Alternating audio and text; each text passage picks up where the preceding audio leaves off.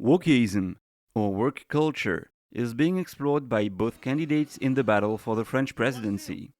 Nationalist candidate Marine Le Pen has said several times that she's against woke culture and that France should guard against American hysteria in public debate. Macron's government also addressed the issue. Minister of Education Jean-Michel Blanquer launched an anti-woke think tank in October to quell its spread in French schools.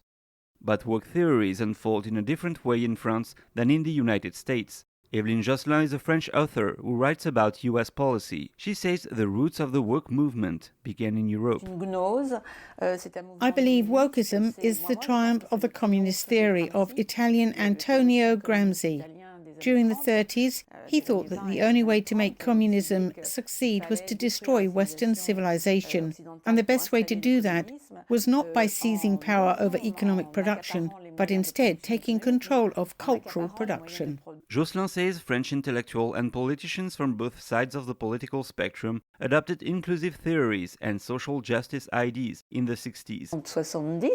It is not just in the United States. There are shocking aspects in the US, but in France, during the 60s, there were intellectuals who called for the destruction of the West. Then, from one movement to another, we came to the woke as we know it today. She says one theory derived from the woke movement is climate change, as this follows the pattern of struggle and victimization. In the US, there is a part of the population that came to the understanding they were being fooled with the current climate hysteria, that some of it is false science that doesn't work. This is not the case in France. Newspapers say climate change is third amongst French people's primary concern after the cost of living and their health. This has been a point of debate in the race for the presidency, with Macron calling Le Pen a climate skeptic. Le Pen denied the claim. No matter which of them wins the presidential election on the weekend, wokeism is an issue they will have to address. David Vives, NTD News, Paris.